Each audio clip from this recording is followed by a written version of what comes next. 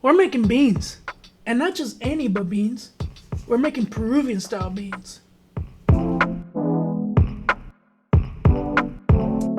So what makes these beans Peruvian?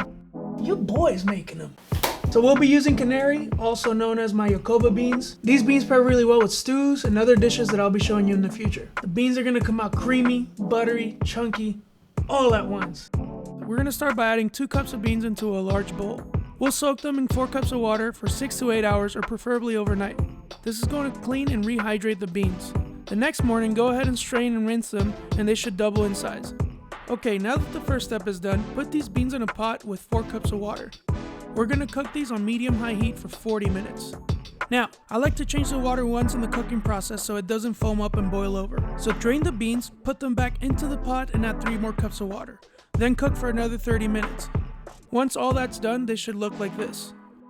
No masterful knife skills necessary here, guys, because it's gonna be blended. Chop a large red onion, slice 6 to 8 ounces of Kevin bacon and set aside. Add oil to a pan on medium heat and brown the bacon for 3 minutes. Once it starts smelling like breakfast in your house, add the onion. Saute for another 3 minutes, and lastly add the garlic so it doesn't burn on you. Saute for another minute or so. Now season with salt because you gotta season your shit.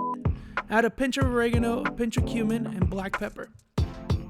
This next step is gonna give your beans that chunky and creamy contrast we mentioned. So to a blender, add 2 cups of the beans, a cup of the cooking liquid, and the saute mix we just made. Blend until smooth and there are no visible chunks. Incorporate it back into the pot slowly, a little at a time until we start seeing those creamy, chunky beans we were looking for.